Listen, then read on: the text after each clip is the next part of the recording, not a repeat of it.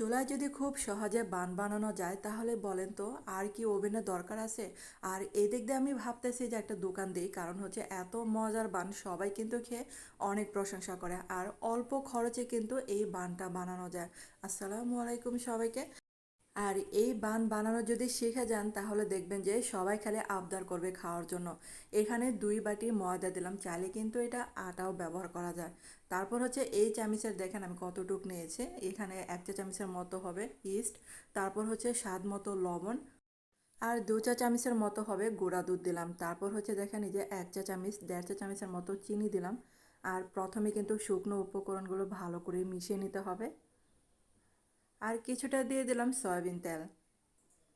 আর soybean তেল দিয়ে আবারও কিন্তু ভালো করে মিশিয়ে নিতে হবে। আর এখন হচ্ছে কুসুম গরম পানি দিতে হবে। এখানে কিন্তু আপনারা যদি ইচ্ছা হয় গরম মানে কুসুম গরম দুধও কিন্তু দিতে পারেন। আর এই যে দেখেন নরম নরম করে একটা ডো তৈরি করতে হবে। হাতে একটু তেল মাখিয়ে তারপর রেস্টে রেখে দিব। আর এটা হচ্ছে দেখেন পুরটা রেডি করছি।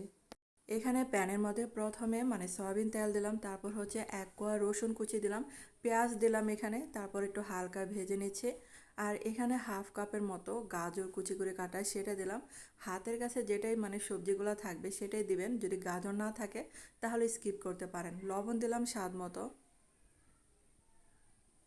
আর এখানে 1 পিস মুরগির বুকের মাংস আমি সিদ্ধ করে রেখেছিলাম, গোলমরিচের গুঁড়া দিলাম, তারপর মরিচের গুঁড়া দিলাম। আর এখানে তেমন কোনো মশলা লাগবে না। আর চিকেনটা যে সিদ্ধ করে রেখেছিলাম এখানে এক্সট্রা পানিটুক দিয়ে দিলাম। আর পানিটা যখন টেনে আসবে তখন কিছুটা বাটার দিয়ে দিলাম।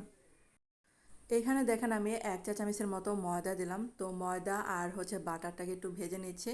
আর এটা মিশিয়ে নিয়েছি, তারপর হচ্ছে একটু গুঁড়া দুধ মিশিয়ে রেখেছিলাম পানির মধ্যে সেটা দিলাম, টমেটো সস দিলাম। আর এখন কিছুটা অরিগানো দিলাম। আর অরিগানো দিলে অনেক মজার একটা মানে ফ্লেভার আসে। তারপর দেখেন এটা কিন্তু রান্নাটা হয়ে গেছে। আর এদিক দিয়ে দেখেন ময়দার ডোটা কিন্তু ফুলে ডাবল হয়েছে, এটা আবার একটু মুছে নিতে হবে। তারপর দেখেন এখানে কয়েকটা ভাগে ভাগ করে নিচ্ছি। আর এখানে কিন্তু একটা একটা ভাগ করে নিয়ে তারপর হচ্ছে পুরটা এটার ভিতরে ভরবো। আর এটা যদি আপনি বানানো শিখে যান আপনার কাছে অনেক ইজি মনে হবে, এবং প্রায় কিন্তু আপনাকে বানাতে ইচ্ছা করবে আর সবাই কিন্তু আবদার করবে আবারও খাওয়ার জন্য। আর বাসায় যখন বানাচ্ছি পুরটা একটু ঠেসে ঠেসে দিলাম, কারণ হচ্ছে পুরটা যত মানে দিবেন খেতে তত ভালো লাগবে। আর সবগুলো কিন্তু এরকম করে গুলটুস করে নিয়েছি। আর হাত দিয়ে দেওয়ার সময় একটু চেপে চেপে দেবেন, দেখেন সবগুলো আমি কিভাবে দিচ্ছি। কারণ এটা চুলায় দেওয়ার পরে দেখবেন যে এটা ফুলে আবারও কিন্তু ডাবল হবে। আর এটা কিন্তু দেখেন হাত দিয়ে আবার একটু চেপে দিচ্ছি। তারপর হচ্ছে দেখেন একটু সৌন্দর্য বাড়ানোর জন্য চাকুর উল্টা সাইড দিয়ে এরকম একটু কেটে দিলাম।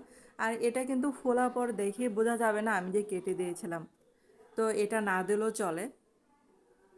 আর এখন হচ্ছে একটা ডিম ভেঙে আমি যে ডিমের কুসুমটাকে এখানে ব্রাশ করে নেব একটু কালারের জন্য। আর দেওয়াতে এটা দেখতে কিন্তু অনেক সুন্দর লাগবে, তার জন্য মানে দেওয়ার চেষ্টা করতে পারেন। আর যদি না দিতে চান তাহলে এটা স্কিপ করতে পারেন। আর উপর দিয়ে দিয়ে দিলাম কিছুটা সাদা তেল। আর যেহেতু এটা চুলায় বেক করব তার জন্য চুলায় স্ট্যান্ড বসিয়ে দিলাম এই হাঁড়িতে। এখন এই যে ঢাকনা দিয়ে ঢেকে দিলাম। এটা 6 থেকে 7 মিনিট বা এরও কম লাগতে পারে। আর এখন হচ্ছে এটার উপর দিয়ে বাটারও ব্রাশ করতে পারেন, আবার হচ্ছে যদি বাটার না থাকে তাহলে তেলও ব্রাশ করতে পারেন। তো আবারও কিন্তু এটা দিয়ে 1 থেকে 2 মিনিটের মতো রেখেছিলাম, এটা দেওয়াতে অনেকটা আরও সফট হয়, মানে ড্রাই হয় না উপরেটা। আর এত সুন্দর হয়েছিল। তো আমার বাসায় মানে বান বানানোটা সবাই খেয়ে অনেক পছন্দ করে আর অল্প খরচে কিন্তু মজার নাস্তা হয়ে যায়। এখানে 1 পিস মাংস দেওয়াতে তারপর হচ্ছে এই রেসিপিটা করেছিলাম। আর দেখেন নিচেরটু কিন্তু একদমই পোড়া লাগে নাই। অনেকে হয়তো ভাবেন যে চুলায় বানালে হয়তো নিচে পোড়া লাগবে, তো আপনারা দেখে কিন্তু বুঝতে পারছেন যে চুলায় কতটা পারফেক্ট হয়। আর আমার প্রতিদিনের ভিডিও দেখতে চাইলে চ্যানেলটাকে সাবস্ক্রাইব এবং পেজটাকে ফলো দিয়ে রাখতে পারেন, তাহলে যখনই কোনো ভিডিও আপলোড দিব নোটিফিকেশন চলে যাবে সবার আগে আপনাদের কাছে। আর আজকের রেসিপিটা কেমন হলো কমেন্টে জানাতে পারেন। আর ভালো লাগলে লাইক দিয়ে মানে দিতে পারেন। তো ধন্যবাদ এতক্ষণ আমার ভিডিওটা দেখার জন্য।